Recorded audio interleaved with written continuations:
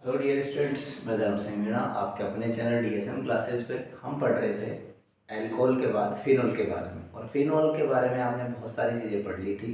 आज हम इसकी कुछ केमिकल प्रॉपर्टीज में एस्टरिफिकेशन से रिलेटेड कुछ रिएक्शंस है उनके बारे में बात करेंगे। तो एस्टरिफिकेशन एक्चुअल में होता क्या है? एस्टरिफिकेशन होता है कि जब कोई भी जो फिनोलिक मॉलिक्यूल होता है वो कोई ऐसा कंटेंट होता है, जैसे एसिड हैलाइड है, अम्ल हैलाइड जिसे हम बोलते हैं, उसके साथ रिएक्शन करेगा। तो जनरली ये रिएक्शन पेरिडीन की प्रेजेंस में होती है। पेरिडीन एक बेस होता है, ठीक है। तो वो क्या करेगा? एस्टर फॉर्मेशन करता है, एस्टर का निर्माण करता है, इसीलिए इसे बोलते हैं एस्टरिफिकेशन, ठीक है। तो आओ देखते हैं अपन एस्टरिफिकेशन क्या होता है, ठीक है। आप लोगों से रिक्वेस्ट है कि आप लोग जो है अपनी नोटबुक और पेन लेके बैठें, ताकि नोट्स जो है वो टाइम टू टाइम बनाएं। और जो नोट्स बनेंगे तो उनको बाद में अपन रिवाइज भी कर सकते हैं। यदि आप अभी इसे देख के निकल जाओगे तो कोई सेंस नहीं है, नोट्स बनाना साथ के साथ में ज़रूरी है। चलो स्टार्ट करते हैं। अपने पास में है एक फिनोल मॉलिक्यूल, ये अपन ने लिया फिनोल।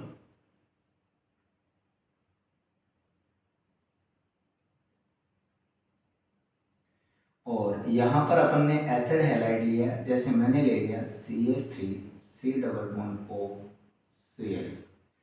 और इसकी रिएक्शन मैं करवा रहा हूँ बेस पिरिडिन की प्रेजेंस में।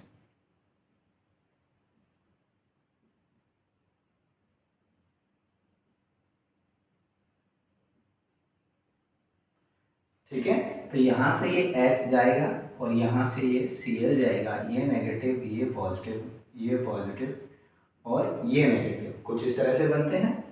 तो ये नेगेटिव इस पॉजिटिव के साथ चले जाएगा और ये पॉजिटिव इस नेगेटिव के साथ चले जाएगा। तो देखिए कैसे बनता है।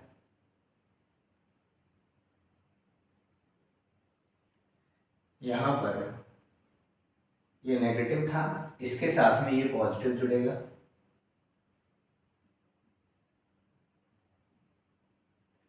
ठीक है। और एक फेनिल एस्टर जो है वो बन जाता है, ये बनता है फेनिल एस्टर। और साथ में HCl निकल जाता है। तो कितनी सिंपल रिएक्शन है, ऐसा कोई बड़ा उसमें रॉकेट साइंस है नहीं, आप लोग आराम से समझोगे हो जाएगी।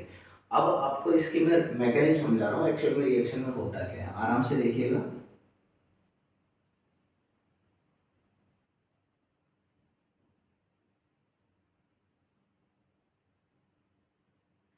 मैकेनिज्म समझनी है, ठीक है। इधर ध्यान देना, देखिए ध्यान से।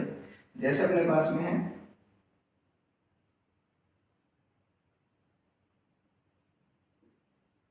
ये फिनोल है, यहाँ पर अपन ने पायरिडिन लिया, जो क्या है, एक बेस है, क्षार जो होता है। अब यहाँ से क्या होगा, ये बॉन्ड जो है वो ब्रेक होगा और अपन को मिलेगा H+, -H+ हो जाएगा। ध्यान से देखना चीज़ों को। जब -H+ हो जाएगा तो यहाँ क्या आएगा, नेगेटिव चार्ज है, क्योंकि ये कहाँ जाएगा, यहाँ जाएगा। तो इस तरह से ये बनेगा,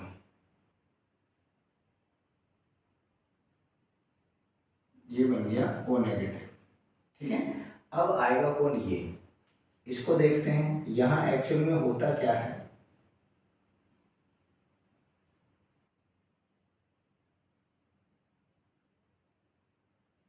ये Cl है, ठीक है। अब यहाँ क्या होगा, इलेक्ट्रोनेगेटिविटी डिफरेंस होने की वजह से ऑक्सीजन की ज़्यादा है, ये तो यहाँ से ये बॉन्ड इधर जाएगा, ये बॉन्ड इधर जाएगा तो यहाँ प्लस आएगा। तो अब ये कार्बोकेटाइन बन गया, तो ये जो है नेगेटिव, ये इस पर अटैक करेगा। समझ में आ रही बात, ये यहाँ आके क्या हो जाएगा, जुड़ जाएगा। तो देखिए कैसे जुड़ेगा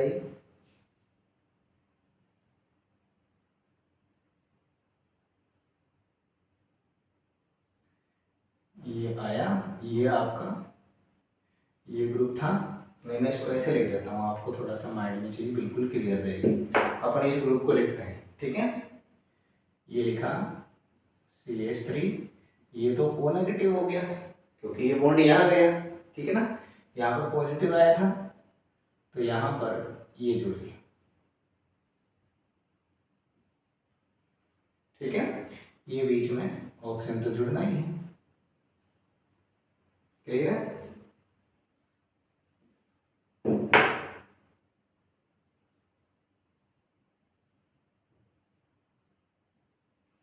ओके। और इधर यहाँ पर कौन है? ये Cl। अब होगा क्या कि ये जो इलेक्ट्रॉन ऊपर गए थे वो वापस नीचे आएंगे।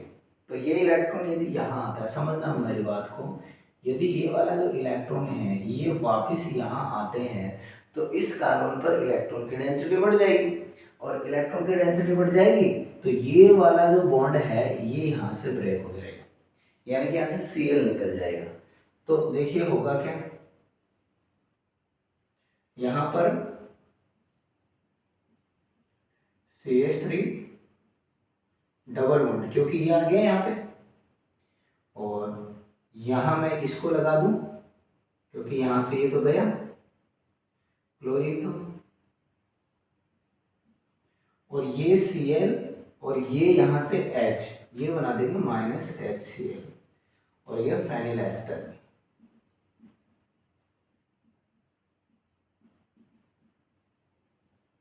क्लियर है?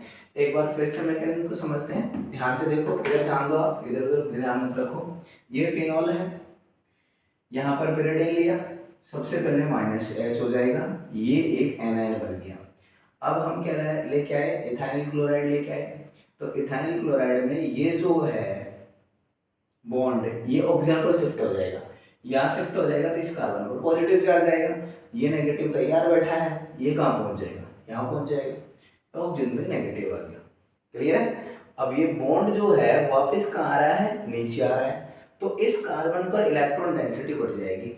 या फिर आप ये कह सकते हो कि 4 बॉन्ड तो इसके ऑलरेडी बन रहे, 5 ये बना नहीं सकता क्योंकि डी ऑर्बिटल इसके पास है ही नहीं। तो क्या करेगा? ये वाला बॉन्ड ब्रेक हो जाएगा, क्योंकि Cl जो है वो एक अच्छा लिविंग ग्रुप होता है। ठीक है, तो यहाँ से Cl निकल जाएगा। अब ये Cl निकल जाएगा तो Cl जैसे ही निकलेगा सॉल्यूशन में कौन प्रेजेंस है? H पहले से ही है, तो HCl बना देगा। और ये पूरा ग्रुप जो नया बना इसे हम बोलते हैं एस्टर, लेकिन कौन सा? Phenyl ester. ठीक है, फटाफट आप इसे लिखें फिर अपन आगे बढ़ेंगे।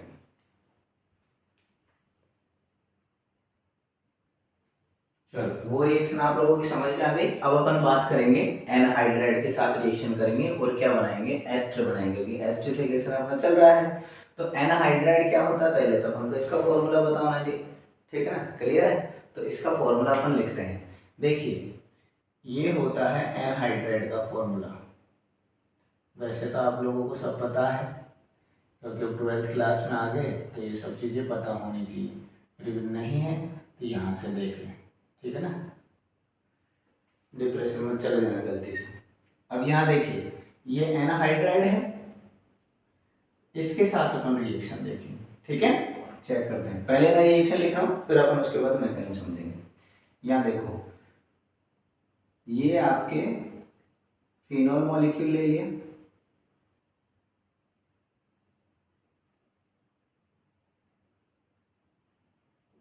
और इसकी रिएक्शन हमने करवाई एनहाइड्राइड से,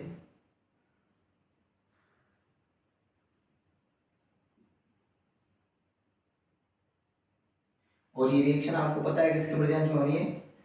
पेरिडिन की प्रेजेंस में।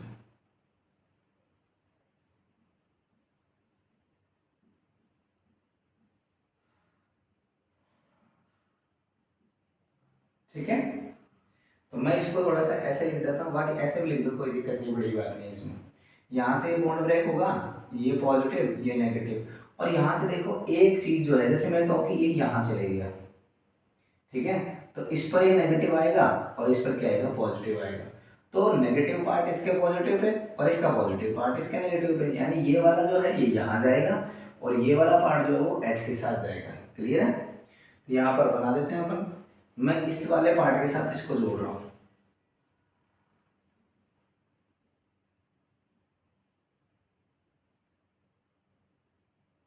यहाँ पर ये ऑक्सीजन और ये बन गया, ये फेनिल एस्टर तैयार हो गया। क्लियर है? और इसका क्या हुआ? इसने बना दिया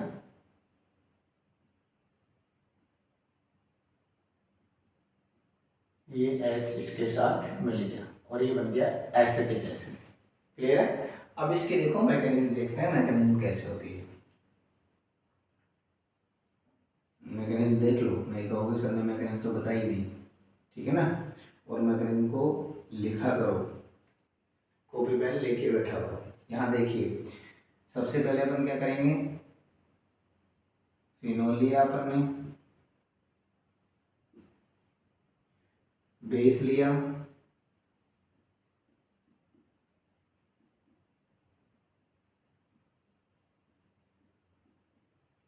क्लियर है। और ये कहाँ जाएगा, यहाँ जाएगा, तो -H+ यहाँ पर निकल जाएगा। तो यहाँ देखिए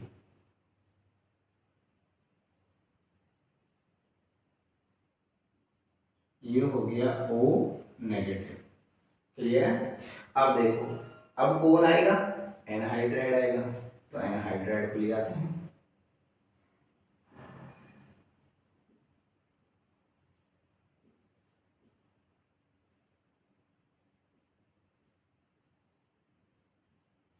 ठीक है, प्रोसीजर क्या होना है, वही होना है जो पहले हुआ था। यहां से ये वाला बॉन्ड जो है वो यहाँ जाएगा, ठीक है। तो इस पर क्या आएगा, पॉजिटिव, और इस पर क्या आएगा, नेगेटिव। तो ये नेगेटिव पार्ट इस पॉजिटिव पे जाके जुड़ जाएगा। कैसे जुड़ेगा देखिए,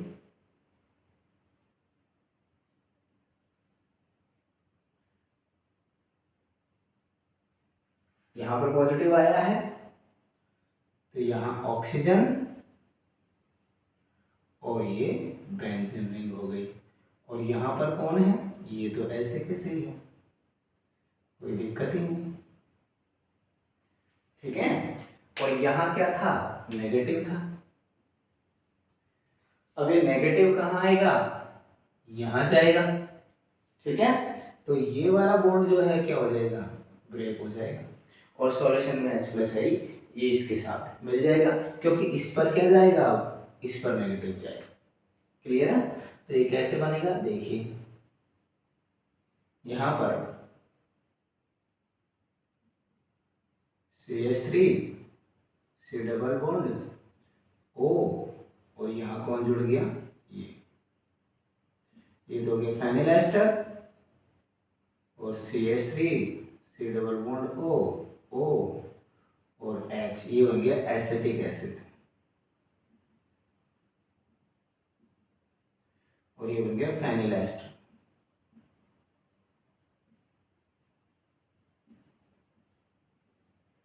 ठीक है, मैं वापस इस रिएक्शन को रिपीट कर रहा हूँ, आप लोग अच्छे से समझे तसल्ली से और नोट्स साथ के साथ बनाए। ये अपन ने फिनोल लिया, pyridine बेस, यहाँ से बॉन्ड ब्रेक हुआ, -H हो गया, ये नेगेटिव बन गया, एनाइन बन गया। अब ये किसके साथ जाएगा, एनहाइड्राइड के साथ। यहाँ से बॉन्ड यहाँ जाएगा तो इस पर पॉजिटिव आएगा, तो ये नेगेटिव इस पॉजिटिव पर अटैक करेगा, यहाँ पॉजिटिव आ जाएगा, यहाँ नेगेटिव आ जाएगा, यहाँ नेगेटिव आ गया। तो अब ये नेगेटिव वापस क्या करेगा, यहाँ आएगा, तो इस कार्बन पर वही 4 से ज़्यादा बॉन्ड हो नहीं सकते, तो ये बॉन्ड जो है ब्रेक हो जाएगा, क्योंकि ये बहुत अच्छा लिविंग ग्रुप है, कोई दिक्कत नहीं है, निकल जाएगा। ये वाला जो ग्रुप है ये आराम से यहाँ से निकल जाएगा कि भाई मैं तो चला, आप लोग करो रिएक्शन, कोई दिक्कत नहीं। समझ में आ रही बात आप लोगों को, ये जो है यहाँ से निकल जाएगा, ये निकल जाएगा, तो ये जो है यहाँ से ये H+ ले लेगा तो एसिटिक एसिड बना देगा, और ये पूरा ग्रुप जो है वो क्या हो गया, फेनिल एस्टर बन गया। ओके, फटाफट इसे लिखे, फिर अपन आगे बढ़ेंगे।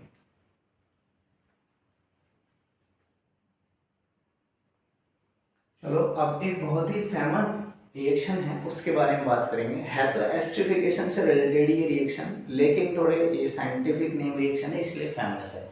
तो आप लोगों को क्या करना है, इसको थोड़ा ध्यान से देखना है, इसके अच्छे से नोट्स बनाने और इसको याद करना है। यदि मैं बोर्ड वाले बच्चों की बात करूँ तो डायरेक्ट रिएक्शन आती है, और यदि मैं नहीं डायरेक्ट वालों की बात करूँ तो यहाँ से क्वेश्चंस बनते हैं। कैसे बनते हैं समझिए। ये रिएक्शन है बेंजाइल हैलाइड की रिएक्शन है फिनोल के साथ, जिसे हम बेंजाइलेशन बोलते हैं, और इसका साइंटिफिक नेम रिएक्शन है सोटान बोमान रिएक्शन। ठीक है, तो देखिए क्या होता है इसमें। पहले मैं रिएक्शन बता रहा हूँ, फिर हम मैकेनिज्म पे वर्क करेंगे। ये फिनोल लिया हमने,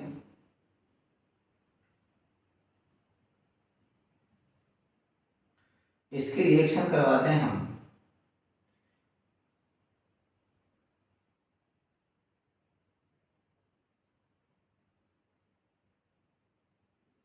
बेंजोइल क्लोराइड से अपन ने इसकी रिएक्शन करवाई, तो यहाँ से ये बॉन्ड ब्रेक होगा, ये वाला, और यहाँ से ये वाला होगा, तो ये माइनस, ये प्लस, ये माइनस, और ये रिएक्शन जो है वो एक बेस की प्रेजेंस में होती है। ठीक है, ये आपको ध्यान रखना है। बेस जैसे हमने ले लिया NaOH, क्या ले लिया NaOH, क्लियर है। तो अब यहाँ पर ये प्रोडक्ट जो बनेगा इसको हम लिख देते हैं, फिर इसके मैकेनिज्म देखेंगे। यहाँ पर क्या बना, फिनॉक्साइड आयन बन रहा है, ये हो गया फिनॉक्साइड आयन, और इसके साथ कौन जुड़ेगा, ये, तो यहाँ पर ये हो गया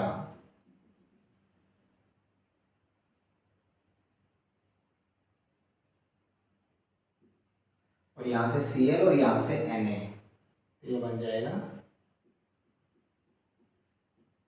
NaCl। ओके, और ये OH और ये H क्या बना देंगे, H2।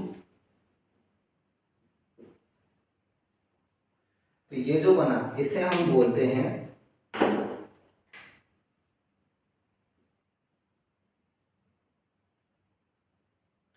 Phenyl benzoate.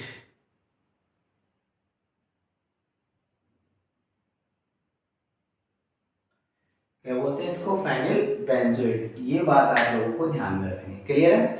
अब देखो इसके मैकेनिज्म देखते हैं, पर ये बनता कैसे है, तो मैकेनिज्म पे बात करते हैं।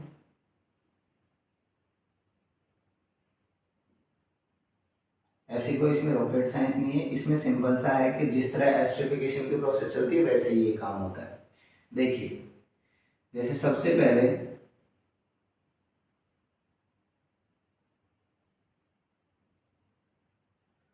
अपन ने फिनोल लिया, तो यहां ले लिया आपने बेस, ठीक है। यहां पर देखो, यहाँ क्या होगा, ये बॉन्ड यहाँ जाएगा, ठीक है। जब ये बॉन्ड यहाँ जाएगा तो यहाँ से OH इसको मिलेगा, तो -H2 हो जाएगा, और ये तैयार हो गया फिनॉक्साइड आयन।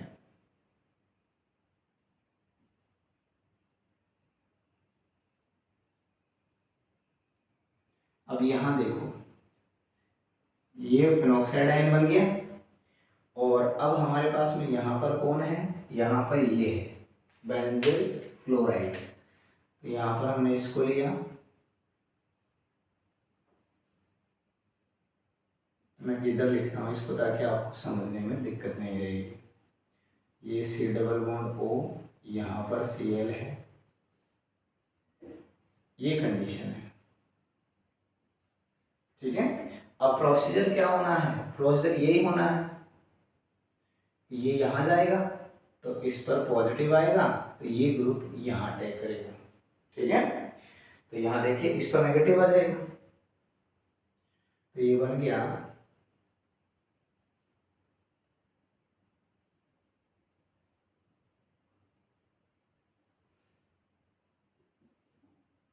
यहाँ पर O, ये CO नेगेटिव, और यहाँ ये बन गया, और यहाँ Cl है, ठीक है। अब वापस वही प्रोसेस होगा कि ये जो नेगेटिव है ये कहाँ आएगा, यहाँ पे, तो कार्बन की वैलेंसी ज्यादा हो जाएगी, बॉन्ड ज्यादा हो जाएंगे, इलेक्ट्रॉन डेंसिटी ज्यादा हो गई, तो ये लीविंग ग्रुप है, यहाँ से Cl निकल जाएगा। जब यहाँ से Cl निकलेगा तो प्रोडक्ट इस तरह से बनेगा। देखो सॉल्यूशन में भी N है, तो N और Cl क्या कर देंगे, -NaCl, और -NaCl हो जाएगा, तो ये कुछ इस तरह से बनेगा।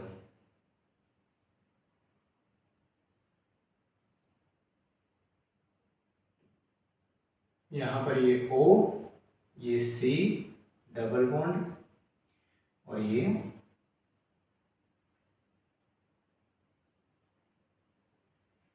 ठीक है। ये जो बना इसे हम क्या बोलते हैं, फेनिल बेंजोएट।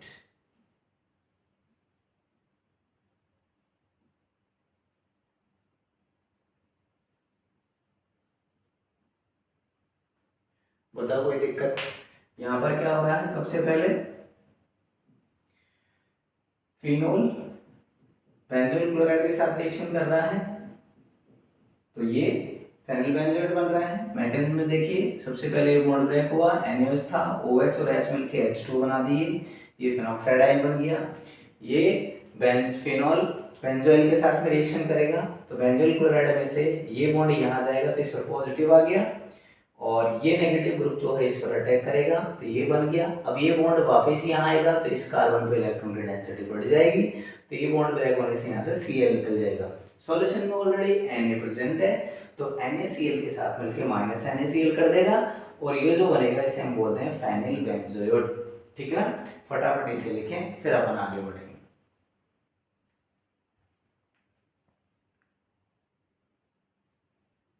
देखो, साइंटिस्ट नेम रिएक्शन है, उसके बारे में बात करते हैं। इसे हम बोलते हैं फ्रीज पुनर्विन्यास या फ्रीज रीअरेंजमेंट रिएक्शन। इसमें एक्चुअल में होता क्या है कि फेनिल एस्टर हम लेते हैं, और फेनिल एस्टर जो होता है वो एनहाइड्रस AlCl3 की प्रेजेंस में CS2 सॉल्वेंट में रिएक्शन करता है, ना कुछ नया जुड़ेगा ना कुछ नया हटेगा। क्लियर है? सिर्फ जो फेनिल एस्टर होता है वो खुद ही रीअरेंज होता है और नए प्रोडक्ट्स फॉर्मेशन करता है। देखिए कैसे बनता है, खुद ही रीअरेंज हो रहा है, खुद ही व्यवस्थित हो रहा है वापस, कोई दूसरा उसमें ना तो आएगा ना उसमें से कुछ बाहर जाएगा, इसीलिए बोलते हैं फ्रीज रीअरेंजमेंट या फ्रीज पुनर्विन्यास रिएक्शन। तो एक्चुअल में होता कैसे है ये देख लीजिए।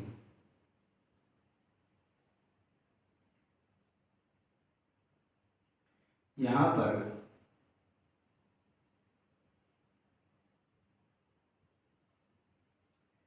ये कंडीशन है, ये आपका फेनिल एस्टर है, ये क्या है, फेनिल एस्टर।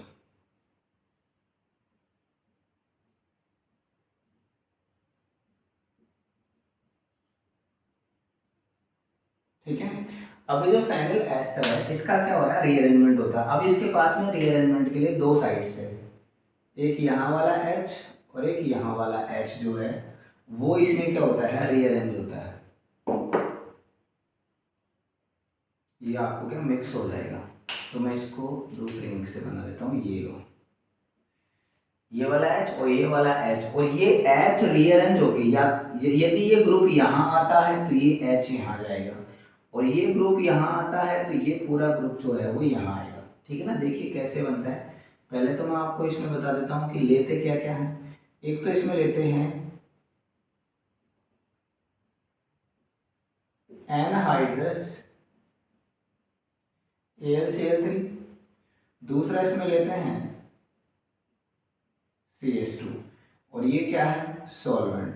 तो एनहाइड्रस AlCl3 इन सॉल्वेंट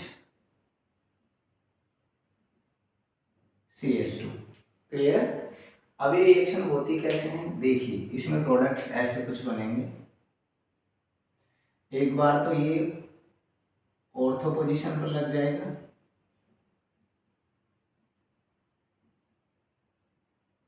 ठीक है, और एक जो है ये पैरा पोजीशन पर आ जाएगा।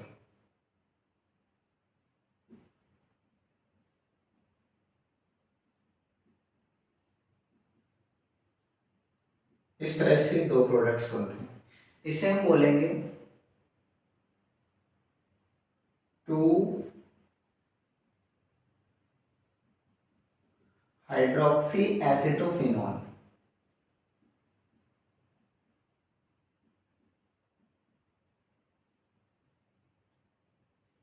और इसे बोलेंगे 4 हाइड्रोक्सी एसिटोफिनॉल। देखो यहां से 1 2, यहां से करोगे 1 2 3 4, ठीक है, तो हो गया 4 हाइड्रोक्सी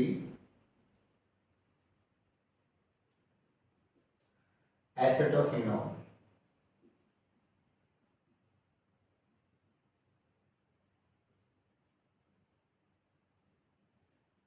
क्लियर है?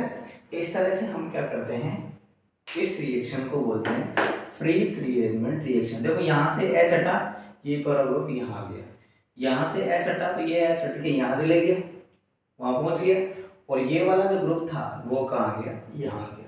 ठीक है, फटाफट इसको लिखें।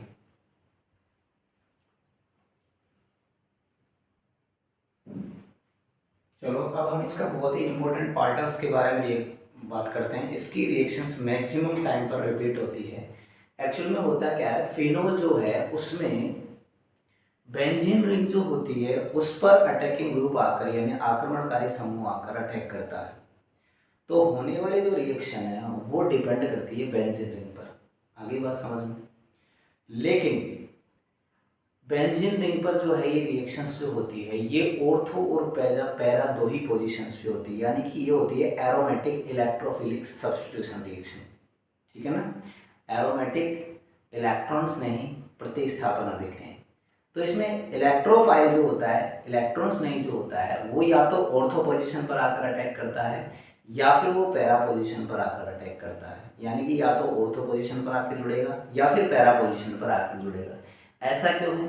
क्योंकि OH ग्रुप जो होता है वो ऑर्थो और पैरा डायरेक्टिंग ग्रुप होता है। मतलब इसका ये हुआ कि OH डिसाइड करता है आने वाले ग्रुप को कि आपको ऑर्थो पे जुड़ना है या पैरा पे जुड़ना है। क्लियर है। और ऐसा क्यों होता है? क्योंकि जब OH की वजह से +M इफेक्ट होता है बेंजीन रिंग में, तो ऑर्थो और पैरा दो पोजीशंस ऐसी है जहां पर इलेक्ट्रॉन की डेंसिटी बढ़ जाती है। क्लियर है। अब जहां इलेक्ट्रॉन की डेंसिटी बढ़ जाएगी, इलेक्ट्रॉन घनत्व तो बढ़ जाएगा, वहीं पर इलेक्ट्रॉन्स नहीं या इलेक्ट्रोफाइल आकर क्या करेगा? अटैक करेगा। चलो इसको समझते हैं। देखिए क्या होता है एक्चुअल में। यहां पर मैं इसकी आपको रेजोनेटिंग स्ट्रक्चर्स बना के दिखा रहा हूँ ताकि आपको ये चीज़ें क्लियर हो जाएगी। जैसे ये OH जो है इस पर ये इलेक्ट्रॉन है, ठीक है। तो यहाँ पर क्या होगा, ये जो इलेक्ट्रॉन है ये यहाँ आएंगे तो ये बॉन्ड जो है वो यहाँ पहुँच जाएगा। तो इसका मतलब ये हुआ कि ये कंडीशन हो जाएगी, यहाँ पर नेगेटिव, यहाँ पर OH डबल बॉन्ड और ये पॉजिटिव और ये बॉन्ड यहाँ रहेगा। ठीक है। अब देखो ये वाला जो बॉन्ड है,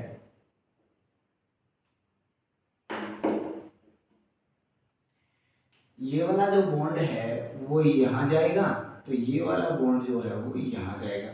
अब देखो यहाँ जो ये नेगेटिव आया है किस पे आया है? ऑर्थो पर। मैं लिखता चल रहा हूँ ताकि आपको ध्यान रहेगा। एक्चुअल में इलेक्ट्रॉन की डेंसिटी बढ़ कहाँ रही है। अब अपन इसको आगे देखते हैं।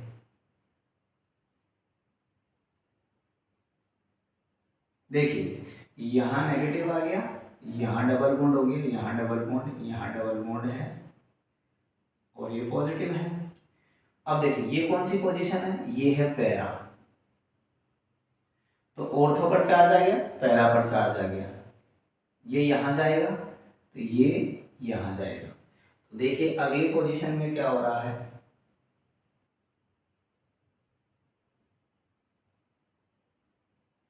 यहाँ पर हो गया डबल बॉन्ड, ये डबल बॉन्ड था ही और यहाँ नेगेटिव हो गया और ये O और H और पॉजिटिव।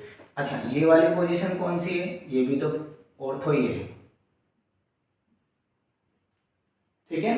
अब क्या होगा कि ये बॉन्ड जो है वो यहाँ जाएगा तो ये बॉन्ड वापस कहाँ चले जाएगा? यहाँ चले जाएगा। इसका मतलब ये होगा,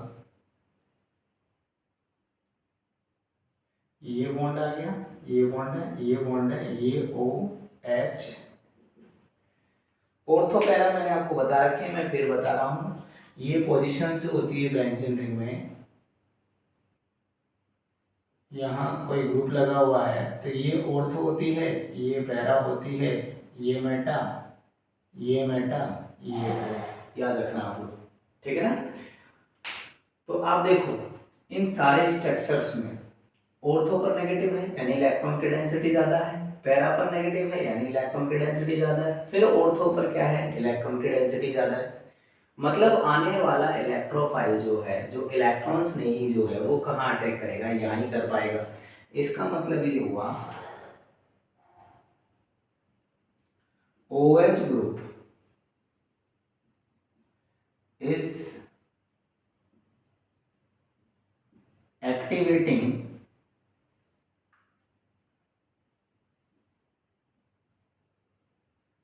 group for ortho and para positions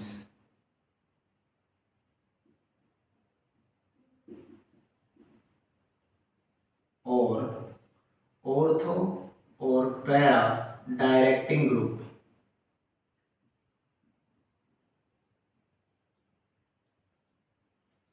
मतलब ऑर्थो या पैरा निर्देशी समूह होता है। ये क्या होता है? ऑर्थो या पैरा निर्देशी।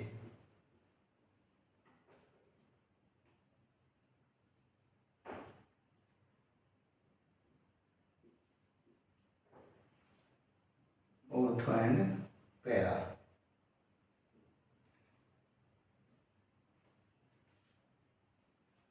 क्यों? क्योंकि वो क्या कर रहा है? OH ग्रुप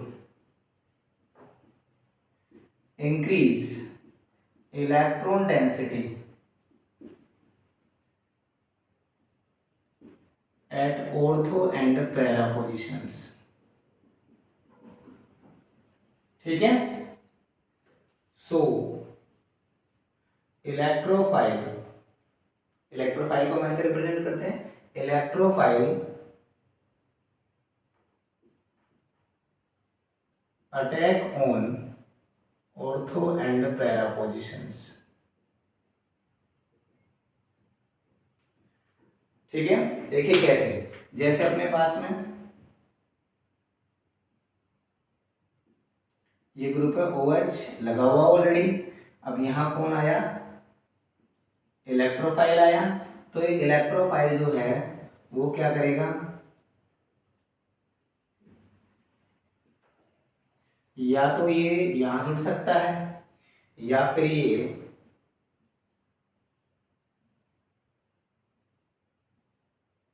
यहां जुड़ सकता है। क्लियर है? और यहां से दोनों ही केस में H+ निकलेगा। तो इसने क्या किया? इलेक्ट्रोफाइल में, इलेक्ट्रोफाइल आया, एरोमेटिक में जुड़ा और यहां से H+ को रिप्लेस कर दिया। इसीलिए बोलते हैं aromatic electrophile substitution reaction. Clear है? Aromatic, aromatic electrophile substitution reaction, या AES या ASR। क्लियर है?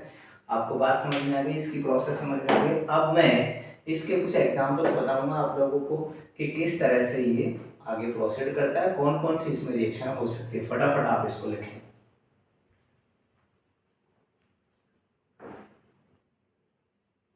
अब नाइट्रेशन देखते हैं अपन। एरोमेटिक इलेक्ट्रोफिलिक सब्स्टिट्यूशन का पहला एग्जांपल है जो है नाइट्रेशन। तो नाइट्रेशन के बारे में बात करेंगे तो यहाँ पर इलेक्ट्रोफाइल NO2 बनता है। बनता किससे है? Nitrating mixture.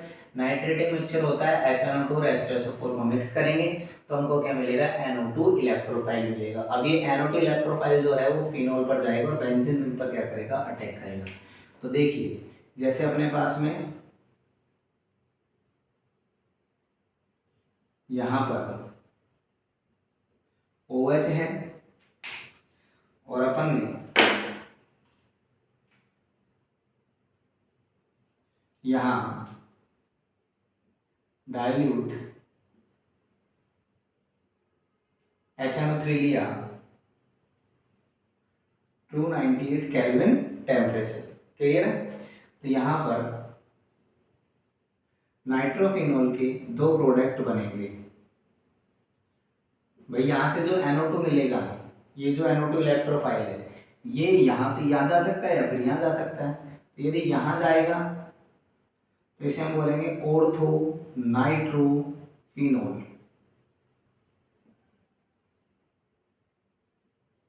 क्लियर है? और यदि ये पैरा पोजीशन पे जाएगा तो ऐसे बनेगा।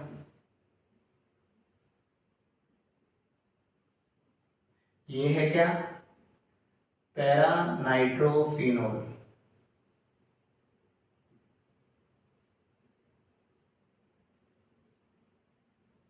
क्लियर है? अब आपको इसमें काम की बात क्या है वो ध्यान रखनी है। ये बनता है माइनर और ये होता है मेजर। मतलब ए कम मात्रा में बनेगा, ये ज्यादा मात्रा में बनेगा। आगे बात समझ में? इसकी क्वांटिटी कम होगी, इसकी क्वांटिटी ज्यादा होगी। या फिर आप ये कह सकते हो कि लो स्टेबल है, ये हाई स्टेबल है। ठीक है? और इसीलिए इनको हम ortho and para nitrophenol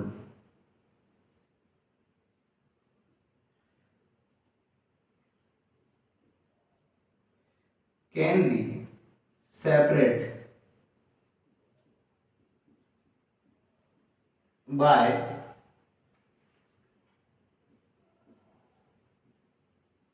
steam distillation।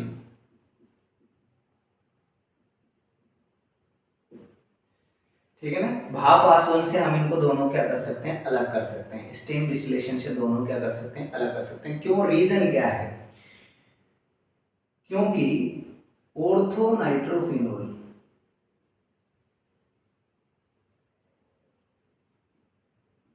ऑर्थोनाइट्रोफिनोल जो होता है वो ज्यादा वोलेटाइल होता है, यानी ज्यादा वाष्पशील होता है। Ortho nitrophenol is more volatile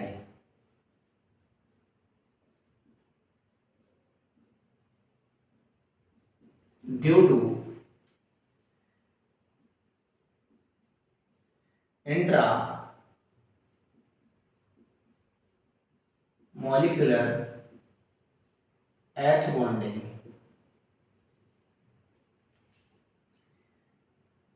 but para-nitrophenol is less volatile due to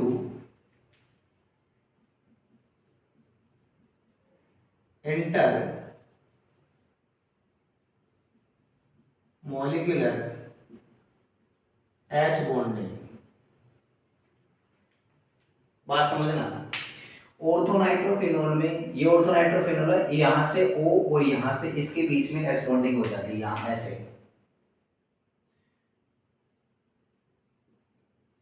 ये H बॉन्डिंग हो जाती है इसमें, ये H बॉन्डिंग,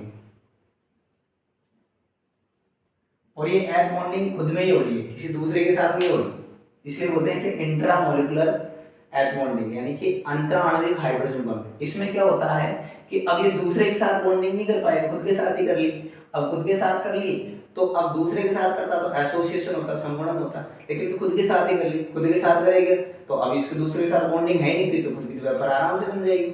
लेकिन यहाँ क्या होता है, ये जो NO2 पैरा पोजीशन पे गया तो अब ये इसके साथ H बॉन्डिंग नहीं कर सकता, तो अब ये H बॉन्डिंग किसी दूसरे और मॉलिक्यूल के साथ में करेगा, जिसे हम बोलते हैं इंटरमॉलिक्यूलर यानी अंतरणु। तो अब ये किसी दूसरे के साथ में बॉन्डिंग करेगा तो एसोसिएशन हो गया, संगुणन हो गया, दो जुड़ गए, दो जुड़ गए तो हैवी मॉलिक्यूल हो गया।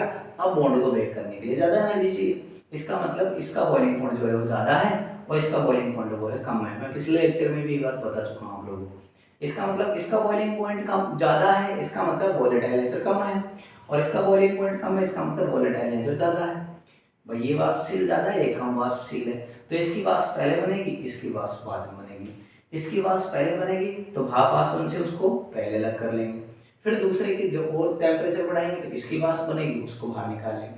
तो स्टीम डिस्टिलेशन से हम दोनों को क्या कर सकते हैं, अलग कर सकते हैं, क्योंकि ये मोर वोलेटाइल है, इसकी वेपर पहले बनेगी, ये लेस वोलेटाइल है, इसकी वेपर बाद में बनेगी। क्लियर है? तो ये बात आप लोगों को ध्यान में रखनी है। अब इसमें क्या होता है, कभी कभी यदि हम डाइल्यूट HNO3 की तरह जगह पे, यदि हम डाइल्यूट HNO3 की जगह पर क्या ले लें, कंसंट्रेटेड HNO3 ले लें। मैं यहाँ बता रहा हूँ, इसको थोड़ा सा आप समझ लेना, वैसे तो ये रिएक्शन आगे आएगी, फिर भी आपको थोड़ा सा ध्यान रखना। कभी कभी क्या करेंगे वो, इस रिएक्शन में ये फिनोल लिया और यहां क्या ले लेंगे, कंसंट्रेटेड HNO3, तो बनने वाले NO2 की क्वांटिटी बढ़ जाएगी। तो यहां पर ये ऐसा कंपाउंड मिलता है,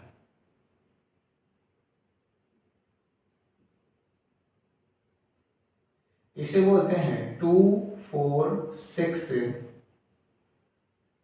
ट्राइनाइट्रोफिनोल, या इसे बोलते हैं पिक्रिक एसिड। पिक्रिक एसिड बनता है, लेकिन ध्यान रखना इस रिएक्शन में पिक्रिक एसिड इतना अच्छा नहीं बनता है। हम इसके लिए एक दूसरी रिएक्शन पढ़ेंगे, उसमें अच्छी क्वांटिटी में मिलता है, मतलब यहाँ पर अच्छी मात्रा इसकी नहीं मिलती। तो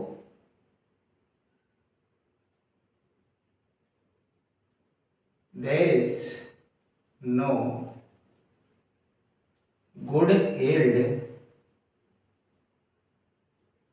in this reaction of picric acid। यहाँ पिक्रिक एसिड जो है वो अच्छी क्वांटिटी में नहीं मिलता है। ठीक है, फटाफट इसे लिखें फिर अपन आगे बढ़ेंगे।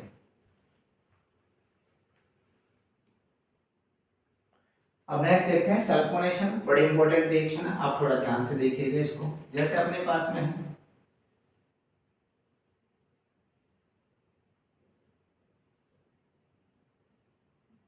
फिनोल है, हमने क्या लिया, H2SO4 लिया, तो इसमें दो प्रोडक्ट्स बनते हैं। यदि हम लेते हैं concentrated H2SO4 at 298 kelvin temperature, यहाँ टेम्परेचर का खेल ध्यान रखना आप लोग, बहुत ज़्यादा रिएक्शन उलझती है इसमें। यहाँ पर 298 केल्विन टेम्परेचर यदि अपने पास में है, तो यहाँ ऑर्थो पोजीशन पर सल्फोनिक इलेक्ट्रोफाइल आकर जुड़ता है, तो इसे हम बोलते हैं, इसका नाम होता है 2 हाइड्रोक्सी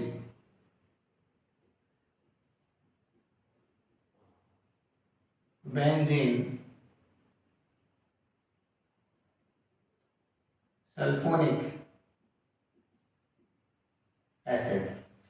लेकिन यदि मैं इस टेम्परेचर को 373 केल्विन कर दूं और यहां पर ले लूं कंसंट्रेटेड H2SO4, तो ये जो आ रहा है इसकी पोजीशन चेंज हो जाएगी, ये पैरा पोजीशन पहुंच जाएगा।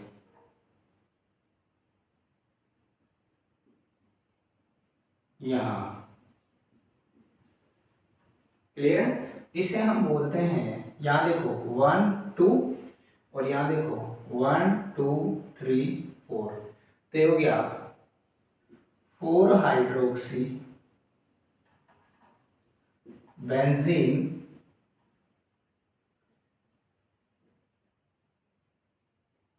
Sulphonic acid. ठीक है, अब इसमें ध्यान रखने वाली बात क्या है, यदि यहां आपने सिर्फ क्या लिया, कंसंट्रेटेड H2SO4 के साथ में कंसंट्रेटेड HNO3, तो यहाँ सल्फोनेशन नहीं होगा, नाइट्रेशन होगा, और क्या बनेगा देखिए, यहाँ OH, अब यहाँ इलेक्ट्रोफाइल जनरेट होगा NO2, वो भी एक्सेस अमाउंट में, ये बनेगा इलेक्ट्रोफाइल।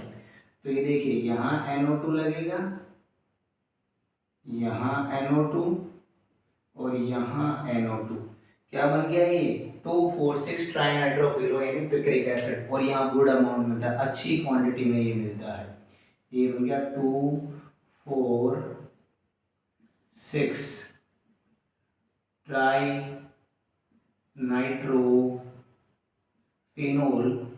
इसे बोलते हैं पिक्रिक एसिड।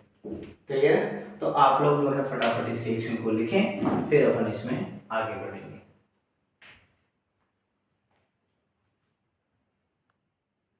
अब एक इम्पोर्टेंट रिएक्शन है जिसका नाम है हेलोजिनेशन, इसको ध्यान से देखें आप लोग। देखिए इसमें दो कंडीशन है, यदि अपन लेस पोलर या नॉन पोलर सॉल्वेंट लेते हैं तो क्या बनता है, यहाँ समझिए, ये आपने फिनोल लिया और ये आपने Br2 लिया, और यहाँ पर आपने ले लिया, चाहो तो CH2 ले लो या CCl4 ले लो या CHCl3 ले लो। क्लियर है, तो यहाँ बनेगा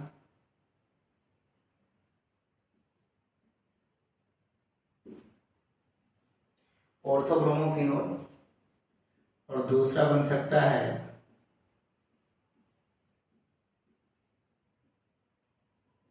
पैराब्रोमोफिनोल।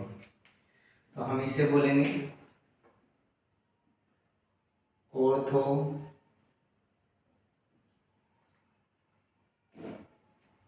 ब्रोमोफिनोल, और ये बनता है बेटा माइनर, ध्यान रखना आप लोग, ठीक है। और ये है पैरा ब्रोमोफिनोल,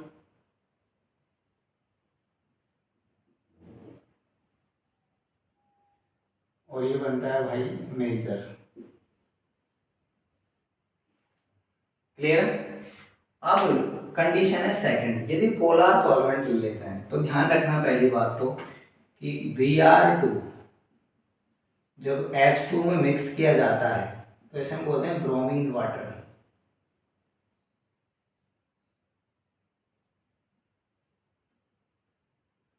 क्लियर है, ब्रोमीन सेल। और ये जो होता है ये फिनोल के टेस्ट के लिए किया जाता है, test for phenol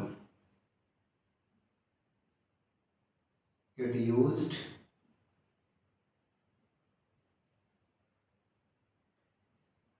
in test for phenol. अब ये होता कैसे है इसको समझिए, बिल्कुल सिंपल कॉन्सेप्ट है इसका, दिख तो रहा है आपको यहाँ तक, चलो चल जाएगा काम, दिख जाएगा। यहाँ देखिए जैसे अपने पास में है ये OH और आपने लिया Br2,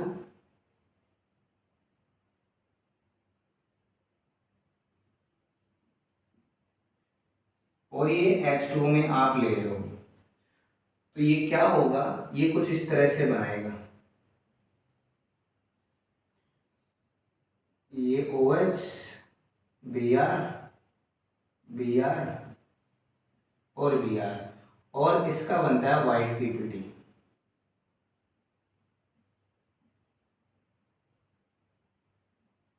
सफेद अवक्षेप। तो यदि सॉल्यूशन में ब्रोमीन वाटर डालते, जो हमने ऑर्गेनिक कंटेंट लिया टेस्ट ट्यूब में, यदि हमने उसमें ब्रोमीन वाटर डाला और तुरंत हमको वाइट पीपीटी मिल जाता है, इसका मतलब उसमें क्या है, फिनोल है, क्योंकि ये बनाता है 2,4,6 ट्राइब्रोमोफिनोल। क्या बना रहा है ये,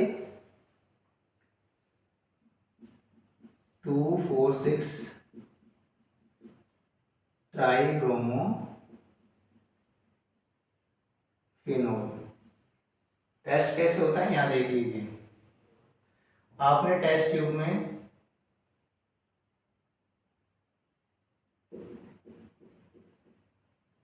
ऑर्गेनिक कंपाउंड लिया और इसमें आपने ऐड किया क्या, Br2 वाटर। तो जैसे ही Br2 वाटर करोगे इसमें ऐड, तो ये जो टेस्ट ट्यूब है, इस टेस्ट ट्यूब में यहां नीचे इस जगह पर यहां वाइट पीपीटी मिल जाएगा, सफेद अवक्षेप, ठीक है, जो इंडिकेट करता है presence of phenol, presence of phenol.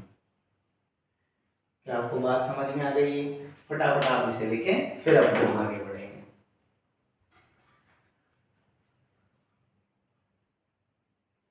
अब देखते हैं बहुत ही फेमस रिएक्शन है, इसका नाम है राइमर-टीमान रिएक्शन, बहुत ज्यादा फेमस रिएक्शन है। पहले मैं रिएक्शन बता रहा हूँ, फिर अपन इसमें मैकेनिज्म समझेंगे, बहुत बड़ी प्यारी मैकेनिज्म है इसकी, तो आप लोग ध्यान से देखिएगा थोड़ा।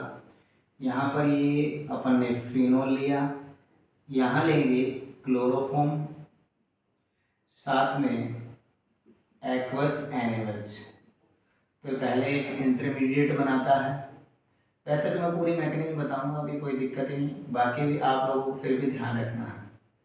यहाँ पर ये बन जाएगा CHCl2 और सोडियम फिनॉक्साइड कंडीशन आ जाएगी, ठीक है। फिर अपन NaOH लेंगे,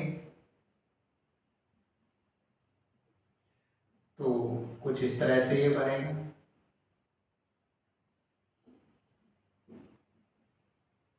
और यहाँ CHO आ जाएगा, और यहाँ एसिडिक मीडियम इसको प्रोवाइड करेंगे, एसिडिफाइड करेंगे, यहाँ पर ये OH और यहाँ CHO, ये बन जाता है सैलिसिलैल्डिहाइड, ये बनता है सैलिसिलैल्डिहाइड।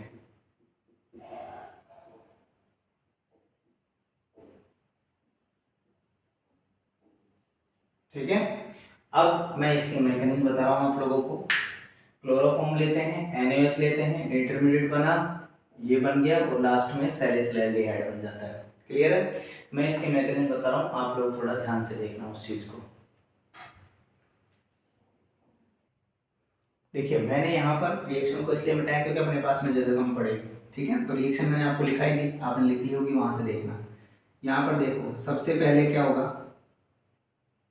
पहली जो स्टेप है उसमें यहाँ OH है, अपन यहाँ पर लेंगे NaOH। क्लियर है? तो NaOH यहाँ पर लेंगे तो यहाँ वाटर मॉलिक्यूल जो है वो निकल जाएगा, यानी -H2। क्लियर है? और यहाँ पर बन जाएगा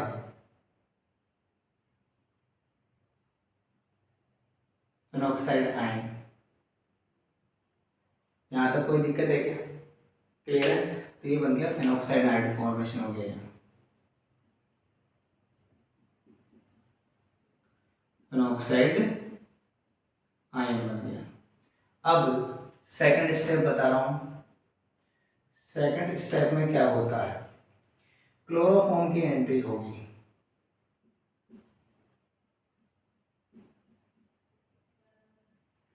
ठीक है, क्लोरोफॉर्म की एंट्री होगी तो यहां से क्या होगा कि ये बॉन्ड जो है वो यहां जाएगा। इसका मतलब ये होगा कि ये बना Cl Cl Cl और यहाँ पर ये इलेक्ट्रॉन आ गए। क्लियर है? अब इस पर इलेक्ट्रॉन डेंसिटी जो है वो ज्यादा हो रही है तो ये क्लोरीन यहाँ से निकल जाएगा, तो ये H और ये Cl, ये हो गया -HCl। क्लियर है? अब यहाँ बन जाएगा, ये स्पीसीज ऐसे बन जाएगी, यहाँ वैकेंट ऑर्बिटल आ गया और यहाँ पर ये बनता है DCC, डाइक्लोरोकार्बन इसको हम बोलते हैं। ये बना DCC, इसे बोलते हैं डाई क्लोरोकार्बन।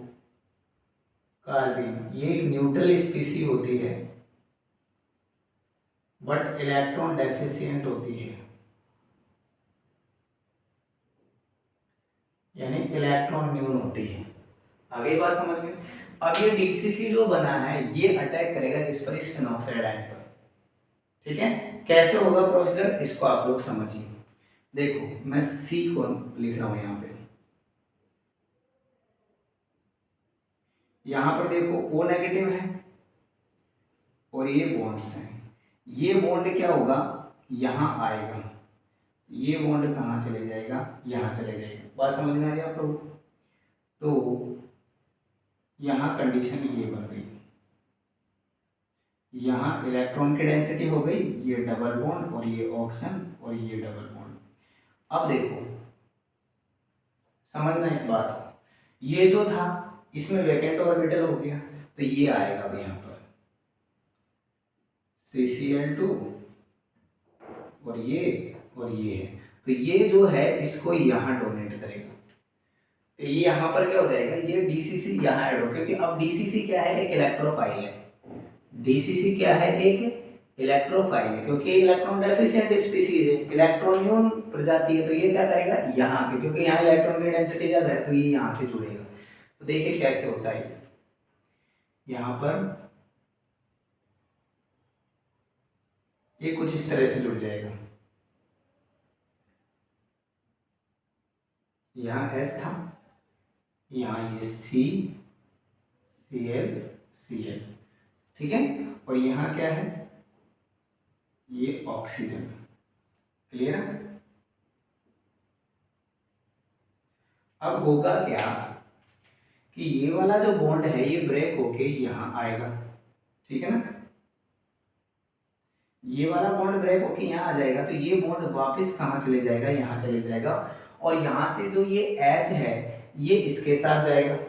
समझना अब इसको कैसे होगी ये रिएक्शन, यहाँ पर ये ऐसे हो जाएगा,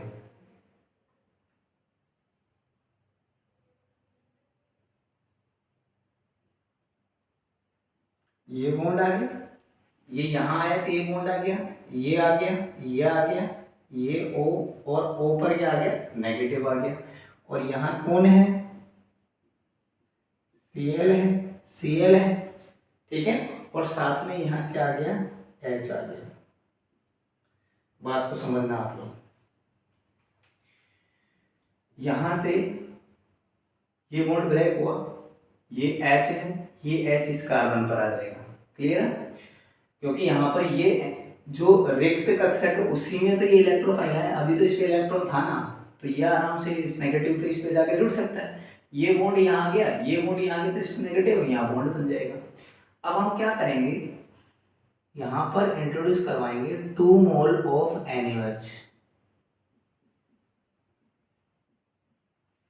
ठीक है। तो यहां से एक Cl इस Na के साथ, दूसरा Cl इस Na के साथ, इस Cl की जगह ये OH, इस Cl की जगह ये OH। तो कैसे लगेगा ये देखिए,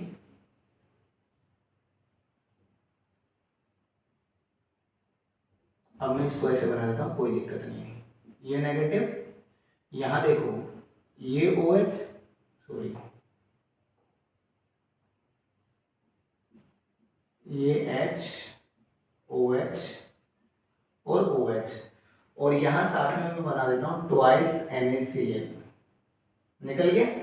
अब आप जानते हो कि एक ही कार्बन पर 2 OH जो है वो स्टेबल नहीं है, तो -H2 हो जाएगा, ये क्या है, अनस्टेबल है। तो ये -H2 होगा, तो -H2 होगा तो ये स्पीसी तैयार हो जाएगी, O नेगेटिव, यहाँ H है और एक O रह गया इस पे, क्लियर है। अब हम इसका क्या कर देंगे, एसिडिफाइड कर देंगे इसको H+, तो ये H+ कहाँ जाएगा,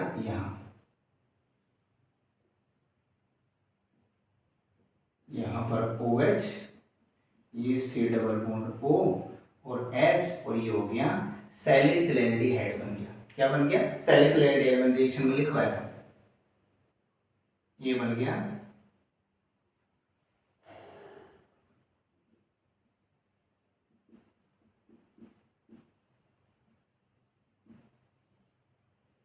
क्लियर है। मैं एक बार फिर से इस पूरी रिएक्शन को समझा रहा हूं आप लोगों को, आप लोग ध्यान से देखें। OH था, NaOH लाए, वाटर मॉलिक्यूल निकल गया, वाटर मॉलिक्यूल निकला तो फेनॉक्साइड आयन बन गया। अब क्लोरोफॉर्म है, क्लोरोफॉर्म में से क्या हो रहा है, यहाँ ये बॉन्ड यहाँ जा रहा है तो इस पर नेगेटिव आ रहा है, यहाँ से H, और ये जो है ये Cl भी यहाँ से निकल गया तो HCl। अब बन गया अपना DCC। इसके पास ये टूटने की वजह से तो ये आया था, और ये ब्रेक होने की वजह से वैकेंट ऑर्बिटल आया था। दोनों चीज समझ में आ गई। इसे बोलते हैं DCC, डाइक्लोरोकार्बिन। ये एक न्यूट्रल स्पीसीज है क्योंकि वैकेंट भी है और इलेक्ट्रॉन का पेयर भी है, बट ये इलेक्ट्रॉन डेफिशिएंट है क्योंकि इसके पास ये वैकेंट ऑर्बिटल है, क्लियर है। अब ये जो DCC इंटरमीडिएट है, ये इंटरमीडिएट कहाँ जाएगा, इस फेनॉक्साइड के पास में आएगा। यहाँ क्या होगा कि ये बॉन्ड, ये इलेक्ट्रॉन यहाँ आएगा तो ये बॉन्ड यहाँ शिफ्ट हो जाएगा, तो पहला पोजीशन, ऑर्थो पोजीशन पर इलेक्ट्रॉन की डेंसिटी इंक्रीज हो जाएगी, वो इलेक्ट्रोफाइल, वो क्या है, इलेक्ट्रोफाइल।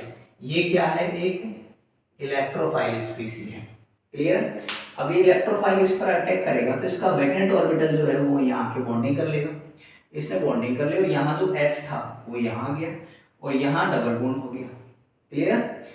अब ये बॉन्ड वापस क्यों जाएगा, क्योंकि ये H+ जो है यहाँ से ब्रेक होगा, क्योंकि अभी ये जो CCl2 था इसका वैकेंट तो यहाँ आया है, इस पे ये इलेक्ट्रॉन तो है, बाकी ये भी नेगेटिव, तो इस नेगेटिव की वजह से ये H यहाँ इस कार्बन पर चले जाएगा, ये H कहाँ जाएगा, इस कार्बन पर चले जाएगा, और ये बॉन्ड जो है वो यहाँ चले जाएगा, तो यहाँ पर इलेक्ट्रॉन डेंसिटी इंक्रीज होगी तो ये बॉन्ड यहाँ शिफ्ट हो जाएगा, तो ये नेगेटिव हो गया और ये बन गया।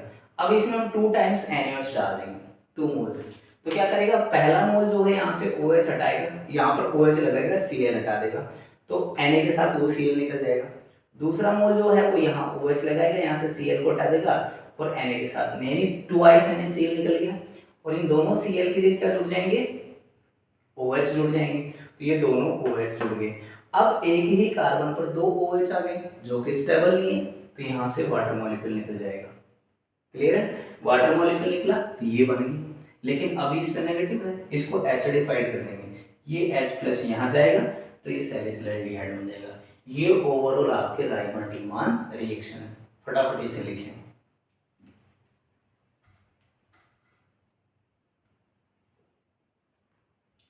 नेक्स्ट इंपॉर्टेंट रिएक्शन है कोल्बे रिएक्शन। देख लीजिए इसमें क्या होता है। जैसे अपने पास में फिनोल है, यहाँ हमने NaOH लिया, आपको पता है H और OH निकलेगा, -H2 सोडियम फिनॉक्साइड बनेगा, ये बन गया सोडियम फिनॉक्साइड। ठीक है, अब हम क्या करेंगे, पहले तो ले लेंगे CO2 और फिर इसको एसिडिफाइड करवा देंगे। यहाँ पर बन जाएगा ortho hydroxy benzoic acid. Clear है। एक्चुअल में यहाँ पर क्या है, ये Na बन जाता है यहाँ पर, ठीक है, और जब हम इसको एसिडिफाइड करवाते हैं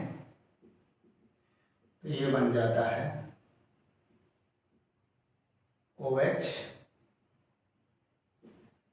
COH। ये हो गया ऑर्थो हाइड्रोक्सी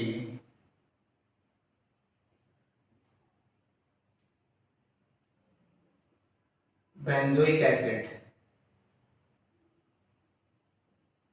इसे बोलते हैं सैलिसिलिक एसिड।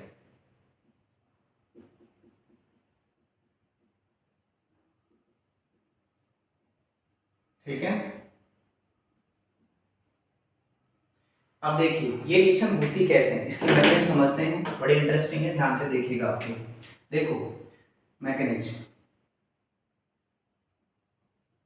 जैसे अपने पास में है ये फिनोल है, हमने क्या किया NaOH लिया, हमने क्या किया NaOH लिया, तो यहां से क्या होगा, ये बॉन्ड यहां जाएगा तो यहां से -H2 हो जाएगा। क्लियर, और ये -H2 हो जाएगा तो ये बनेगा, ये कंडीशन हो जाएगी,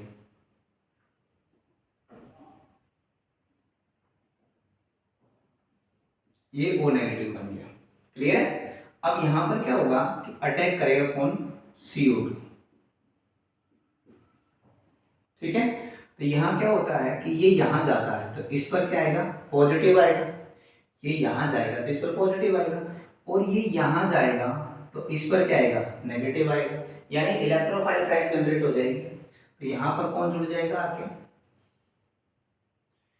यहां पर ये CO नेगेटिव और ये डबल बॉन्ड। ठीक है, और यहाँ जो H था वो यहाँ, और ये O नेगेटिव और ये कुछ इस तरह से।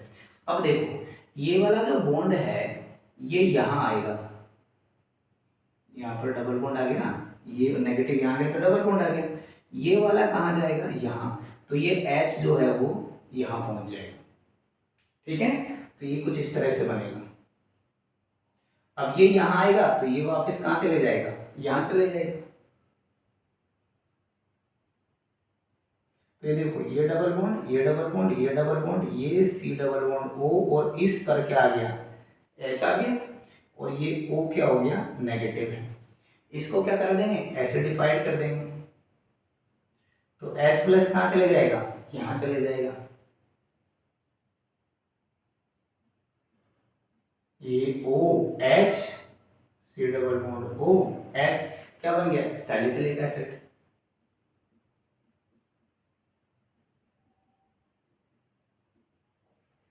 तो ओवरऑल बात ये है, आप लोगों को जो ध्यान रखनी है वो क्या है कि सबसे पहले हम NaOH लेंगे, यहाँ से ये बॉन्ड यहाँ जाएगा, H2 निकलेगा, ये फिनॉक्साइड बन गया। अब ये बॉन्ड वापस यहाँ आएगा तो ये इलेक्ट्रॉन यहाँ जाएगा, इलेक्ट्रॉन साइड जनरेट हो गई इलेक्ट्रोफाइल। CO2 की जब बात करें तो CO2 में से ये बॉन्ड यहाँ जाएगा तो इस कार्बन पर पॉजिटिव आ जाएगा, ये बन गया इलेक्ट्रोफाइल। ये क्या बन गया, इलेक्ट्रोफाइल। अब ये इलेक्ट्रोफाइल यहाँ अटैक करेगा क्योंकि यहाँ पर इलेक्ट्रॉन की डेंसिटी इंक्रीज हो गई। अब यहाँ से ये जब डबल बॉन्ड बन जाएगा तो ये जो बॉन्ड है ये हाइड्रोजन वाला ये यहाँ आएगा तो H इस नेगेटिव पे चले जाएगा और ये बॉन्ड वापस यहाँ चले जाएगा। तो ये H इस ऑक्सीजन पर जुड़ गया, और ये डबल बॉन्ड O था, इस पर नेगेटिव आ गया क्योंकि ये बॉन्ड वापस ऊपर जा रहा है, तो यहाँ पर ये बन गया, इसका हम एसिडिफिकेशन करेंगे तो ये चीज बन जाएगी। एक छोटी सी रिएक्शन और है इसकी, वो देख लीजिए, फिनोल की रिएक्शन विद जिंक डस्ट।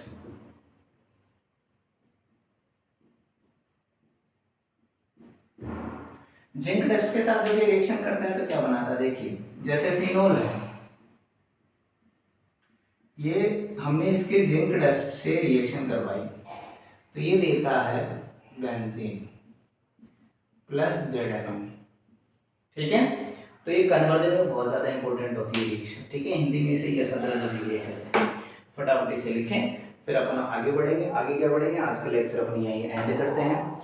तो प्लीज़ चैनल को बहुत ज़्यादा से ज़्यादा शेयर करें, और आपने सब्सक्राइब अभी तक नहीं किया तो कर लें। अपने आसपास जितने भी दोस्त हैं उन लोगों को बताएं कि भाई यहाँ पर जो है पूरा मटेरियल नीट और जेईई का कंप्लीट मिल रहा है, तो उनको पढ़ने में सुविधा भी मिले और उनको बेनिफिट भी मिले, ठीक है। लाइक ज़रूर करना है और कमेंट करके बताना है कि सर यहाँ पर हमको इम्प्रूवमेंट की ज़रूरत है, या फिर ये टॉपिक हमारा छूटा हुआ है ये आप पढ़ाएं, तो मैं उसी को वापस इस चैप्टर के बाद स्टार्ट कर दूँगा। Thank you.